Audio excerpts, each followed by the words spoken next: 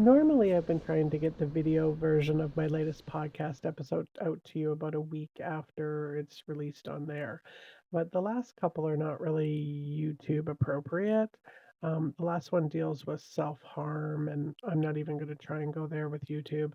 But I do encourage you to listen to that one. It's about Amanda Todd, and I think it's really worth a listen. You can find it on Apple or Spotify, wherever you get your podcasts.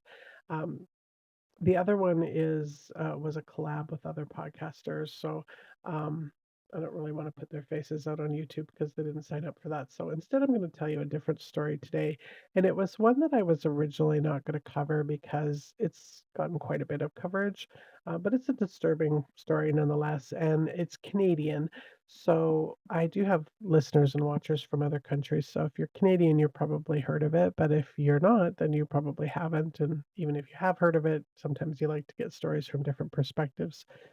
So today we're gonna talk about Laura Babcock, Wayne Millard, and Tim Bosma. And it's another one of those stories where it's hard to know really where to start. So we're going to start with Laura Babcock. And Laura was like vivacious, bubbly brunette, and she was the daughter of Clayton and Linda. She had a brother named Brett, and she attended the University of Toronto. She was an aspiring actress. And after graduating from university around 2008 or so, she met and started to be like kind of friends with benefits with the heir to the Millard Air fortune, Dellen Millard. And Millard Air was an aviation company. It was based out of Waterloo, Ontario, and they had been founded by Carl Millard in 1963. And at that time, they were run out of Toronto. They flew like automotive parts and some other cargo.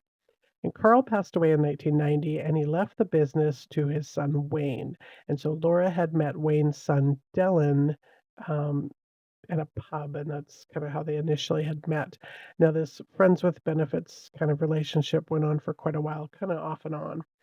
And in 2010, Laura started to date a man named Sean Lerner, and they dated for about a year and a half before they were broke up, but they remained good friends after that.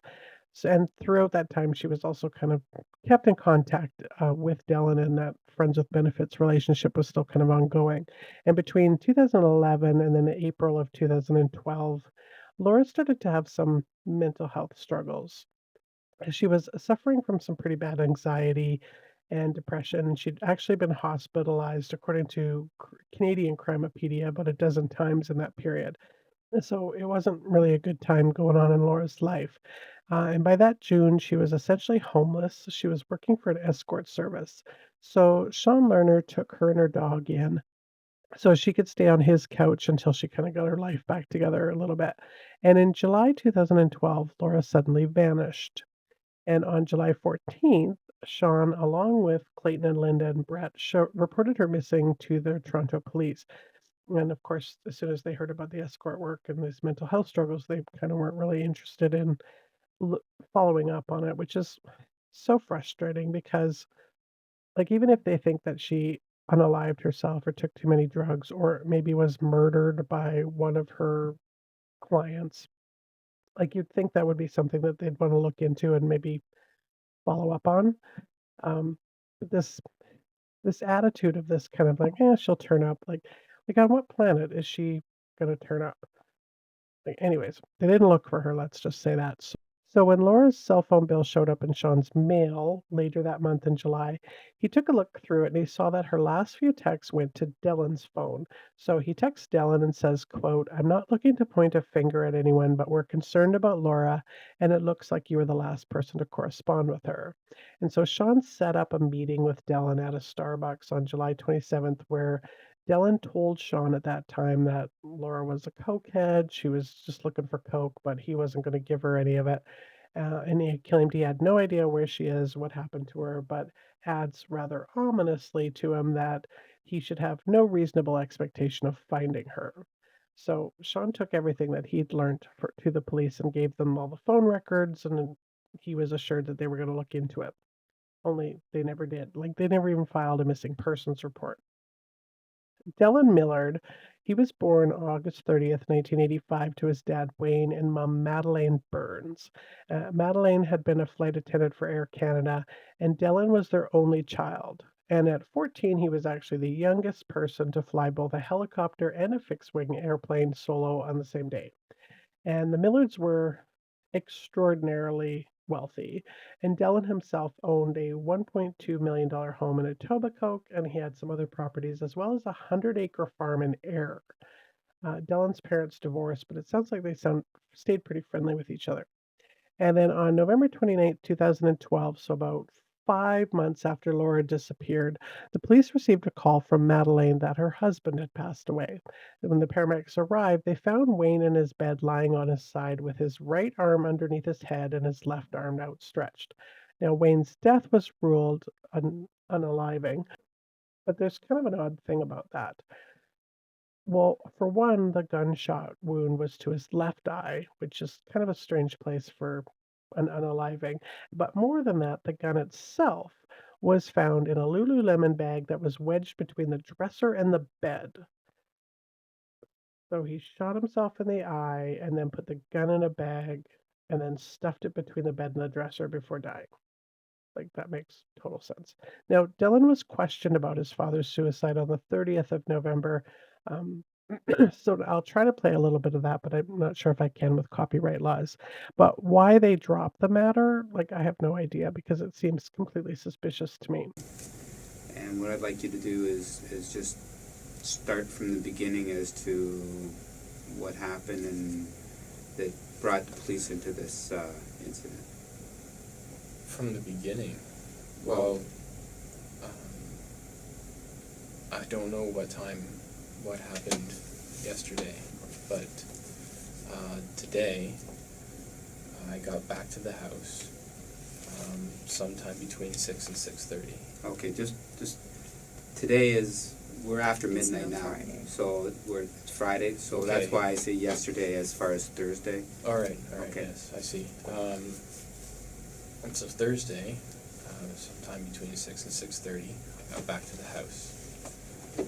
I had been working at our family business in Waterloo. I came in through the side door. That's the door most everybody uses in the house. And I opened up the next door, which leads to the cat area of the house. It's the door from the kitchen to the hallway. And then my dog Pedo was waiting for me there. And I walked down the hallway, and I walked to my room, and I picked a sweater out of the closet. It had been a cold day. And then I was on my way back to the kitchen to make a snack, and I noticed that my father seemed to still be asleep in bed, which was odd because it was late in the afternoon. And so I poked my head in, and something didn't really seem right about the way he was laying. He was laying very stilly. And then I walked into the room, and I saw the blood on the pillow. And for a moment I had to leave the room. I actually went back to my room, and I got out my phone, and I walked back into my dad's room, and I called my mother, and I told her what I was seeing. I literally said, I'm standing in my dad's room, and there's blood all over his pillow, and he's dead. And at first, she thought I actually meant my dog Pedo, because she kept asking about his dog bed. I said, no, not the dog bed, his bed's pillow. She said, well, Pedo's not dead, who's dead? I said, my dad. And she just started screaming on the phone. And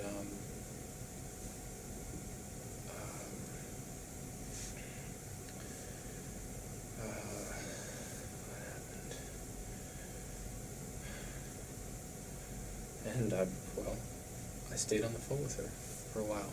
I went out to the front, I left the room, I paced in the front driveway.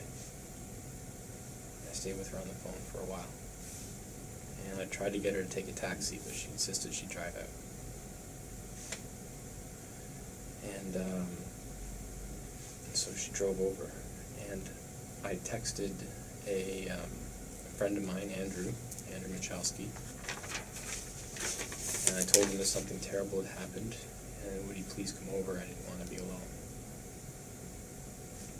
And he did. And we waited in the driveway together until my mother got there. Now, Dylan wrote his father's obituary, and he did a really lovely job of it, saying in part of his father, "What few words could make comment here? His hope was for a time when cooperation would be the norm and competition was only friendly. He was frugal with himself and generous to others. The only people he feared were racists. He would answer a question with a story. He stepped carefully while advocating carefreeness. He could read and write 5 languages. He was patient and stubborn. He admired Christ, Gandhi, and Lindbergh. He believed animal welfare was a humanitarian effort. He was a good man in a careless world. He was my father." Now I'm going to completely switch gears and move over to Ancaster, Ontario on May 6th of 2013. Yeah, Ancaster is a suburb of Hamilton, Ontario. It's an idyllic, very pretty historical town with a lot of rural properties.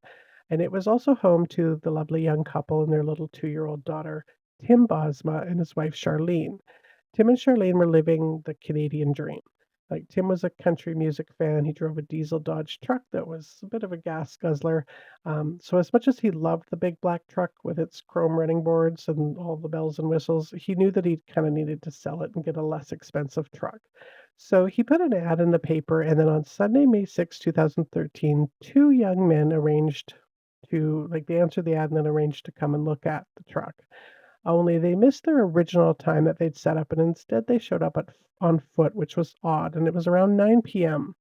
Now, Charlene asked them why they hadn't driven up, and one of the guys said that they had been dropped off by a friend. And there was just something about these two that didn't sit right with actually either one of them.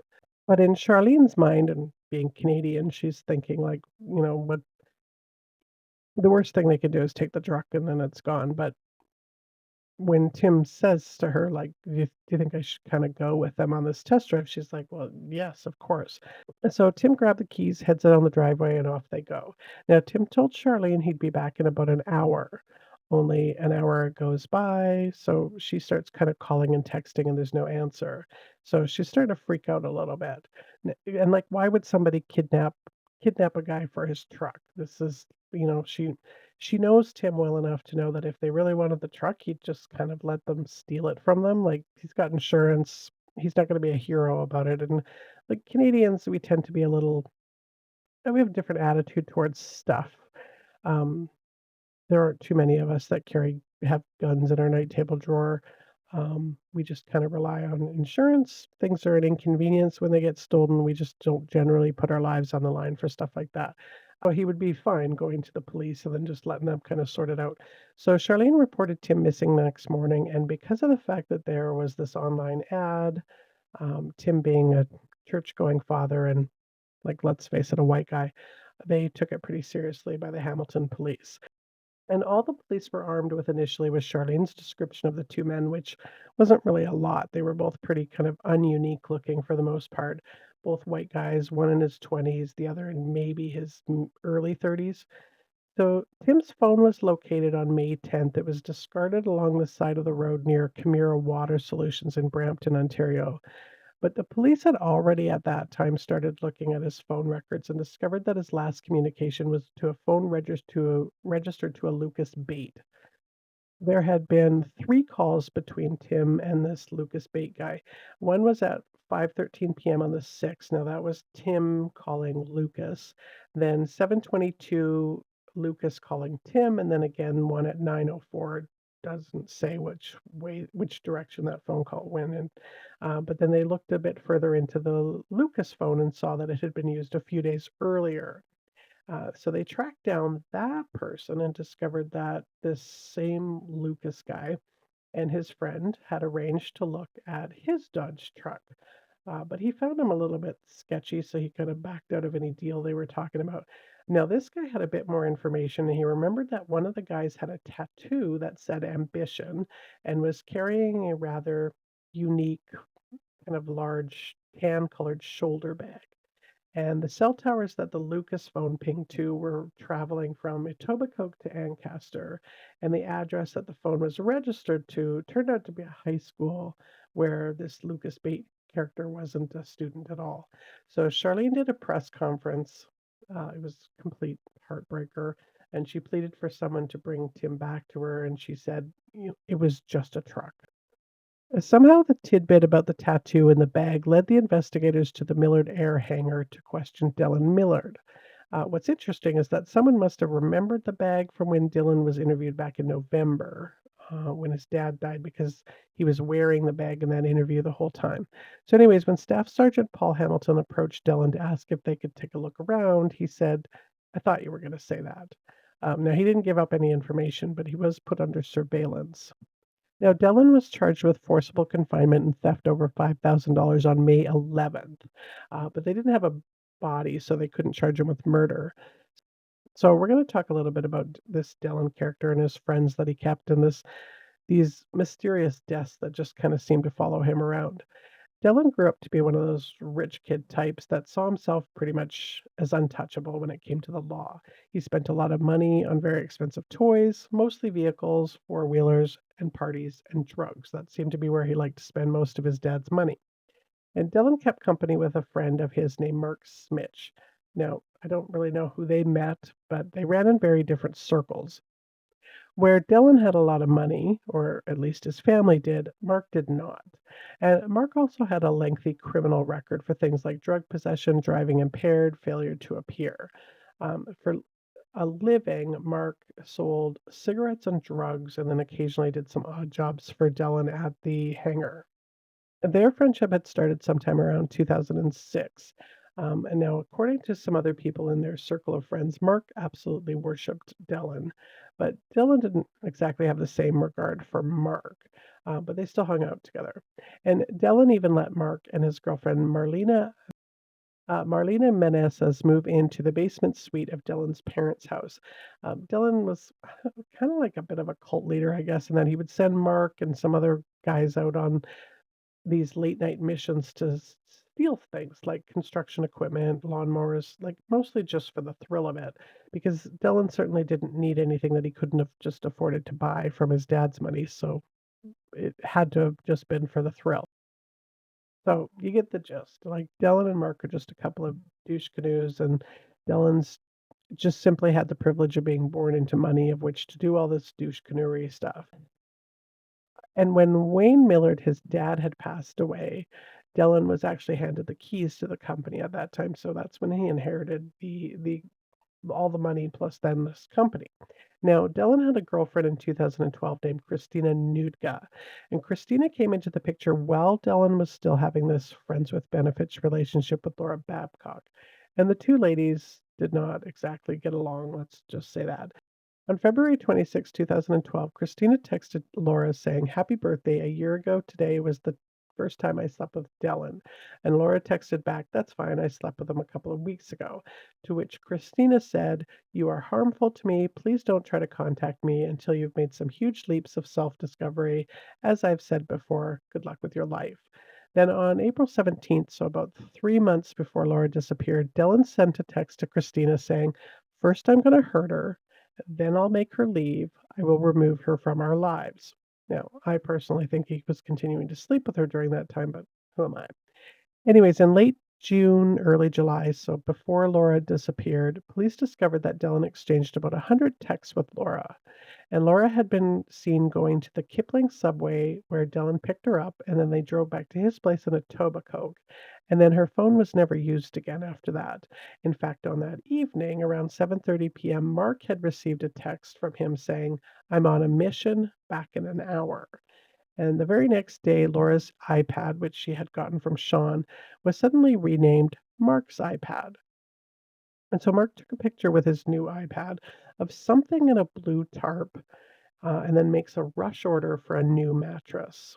And before that, Dellen asked his mechanic, Shane Schlautman, to order a commercial farm animal incinerator, which sounds like a terrible thing to have for animals. And that incinerator arrived on July 5th. And Shane, Dellen, and Mark built a trailer for it so that they could move it to Dellen's farm out in Ayr. Then on July 23rd, Dellen texts Mark, "Barbecue has run its warm up. It's ready for meat." And then immediately thereafter does a Google search for what temperature you need for cremation. On August 12th, a aspiring and very bad rapper, Mark Smitch, invites some friends over to the garage at his mom's house to do a little rappity rap for them. And this is how his rap goes. The bitch started off all skin and bone. Now the bitch lay in some ashy stone. Last time I saw her's outside the home, and if you go swimming, you can find her phone.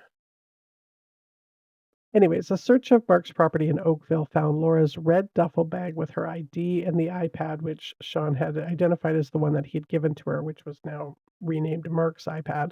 And of course, none of this stuff was discovered until they had started looking into Dellen and Mark for Tim Bosma's disappearance.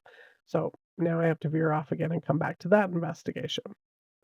Well, Mark and Dellen's movements after leaving Tim's house weren't too hard to track down. Surveillance tapes pretty much led them right to the Millard hangar where the truck was driven, now tugging along a trailer with some kind of machinery on it. You guessed it, an incinerator. And tiny fragments of Tim's body were discovered in the incinerator, so this was enough to charge Dellen with first degree murder on May 15th, 2013, and then Mark was charged on May 23rd. In September of 2013, the investigation into Laura Babcock's disappearance was reopened, or rather opened, because they'd never even opened an investigation on that. And so that's when they discovered all the stuff that I told you about before with the text messages. On April 10th, Christina Nudga was charged with accessory after the fact to murder, and Dellen was charged then with the murder of his father, Wayne Millard. Most of the details of all three murders wouldn't come out until the trial for both Dellen and Mark, who were tried together, which happened in February of 2016. And like, I can't really describe for you the feelings of being in the same room with the murderer, what that's really like. It's just very surreal. I mean, you see the person, but you can't help but notice like how normal they look.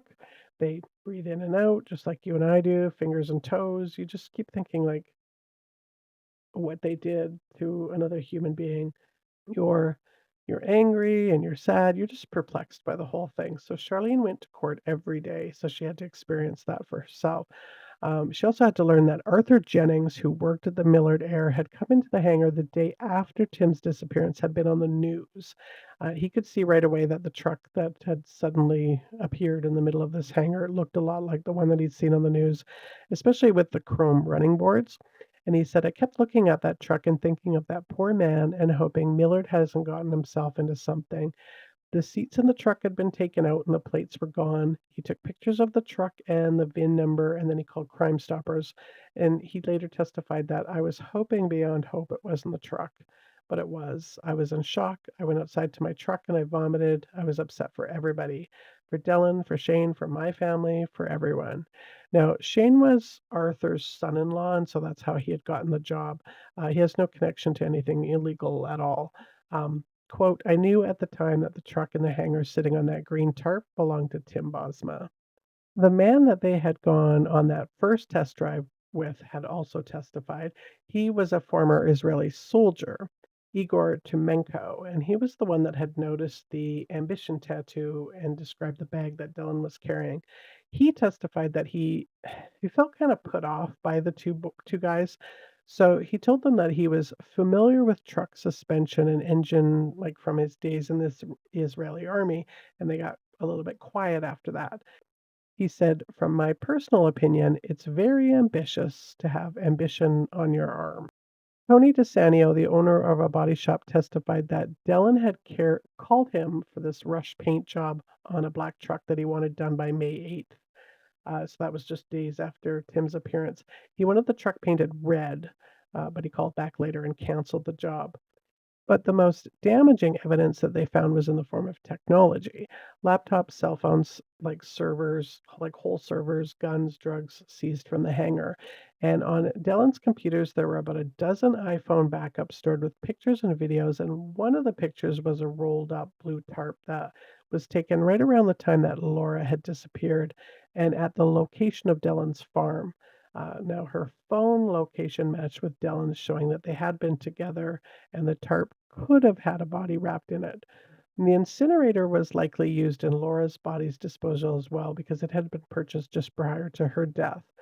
They also found a photo of a gun that was taken with enough of a close-up that they were actually able to analyze, that there was a fingerprint on the photo, and they were matched back to Dellen, and that same handgun was then tied to Tim's murder.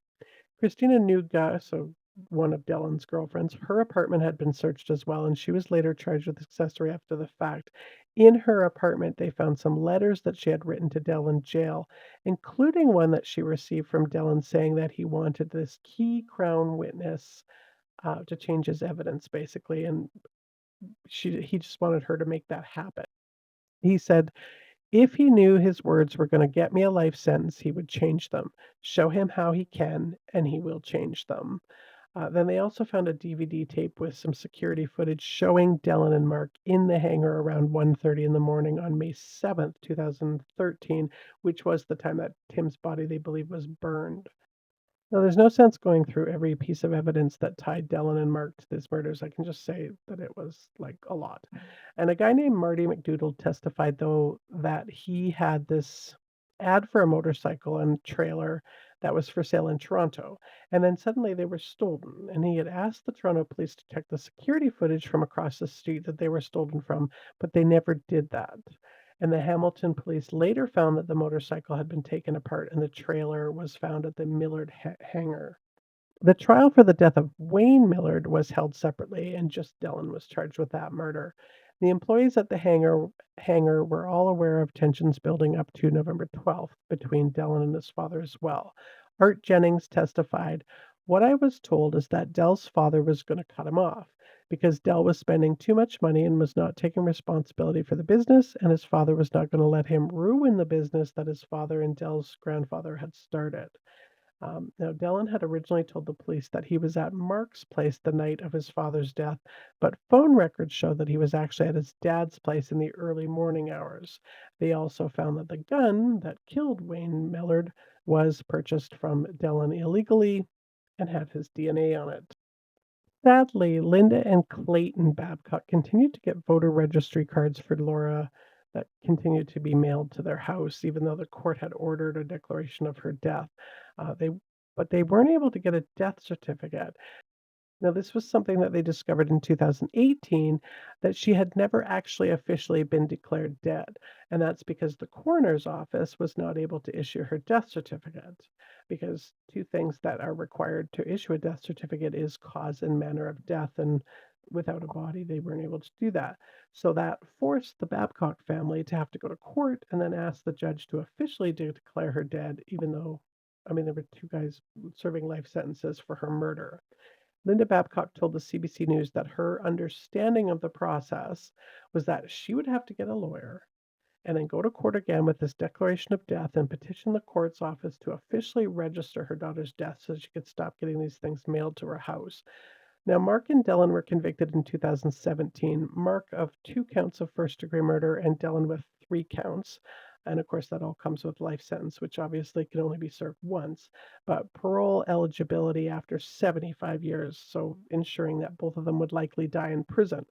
Now, they, of course, appealed. Dellen said that he was painted as a villain and was much too smart to have been the mastermind behind such a sloppy and careless murder. Quote, I was characterized as the perfect villain, wealthy, privileged, seemingly powerful and advantaged. The public attention was a constant threat to the integrity of the trial.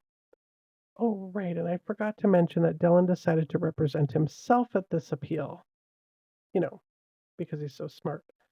Now, he claimed that it was Mark that had killed Tim and that they were just going to go look at the truck and that they had planned to steal it. And to plan to murder Tim was what he called irrational. Quote, there was no motive to murder, that as a motive to commit a homicide for a $24,000 used truck was absurd and defied logic. But apparently, a multimillionaire stealing a used truck makes perfect sense. He also said that he planned a lot of great heists that were all very well planned out. Again, he's super smart. He says, quote, why then on the day of the alleged planned murder would I be so sloppy and careless? Why show my identity to witnesses and not delete content from my devices or turn off my cell phone? This signals that I did not appreciate or plan for what was to occur. The failure of my Failure to turn my personal phone off to prevent the creation of a record of my movements on May 6, 2012 undermines the theory that I was the mastermind behind Mr. Bosma's murder, end quote. So on March 17th, 2023, he was denied his appeal for a new trial, but they changed the parole eligibility to 25 years, down from 75, because in Canada, apparently, it's cruel and unusual to not give people hope of having a life outside of prison, even though the family of the victim serves their life out with no hope of ever having their lives back. But stacked parole eligibility periods are incompatible with human dignity, which is a direct quote from the Supreme Court of Canada. Linda Babcock said, "These judges believe that it is cruel and unusual to give a person a sentence that leaves them no hope for the future. We have no hope. Our families and friends have suffered the loss of our dear daughter, Laura, for over a decade. The grief and heartache are no less now than when she was cruelly taken from us." Now, both Mark and Dellen continue to reside at the Millhaven Max Security Institution, as far as I know. And when interviewed for the Fifth Estate, Charlene Bosma, she has now remarried. She said that being angry and thinking about, like, if the police had done a better job on Laura's disappearance or Wayne Millard's death, that Tim would probably still be alive. Just doesn't really get her anywhere. Like, Tim's still gone. Nothing's going to change that. And so that was the murders of Linda Babcock, Wayne Millard, and Tim Bosma. And I'm going to be back again next week with another case for you, as always. Thank you so much for watching.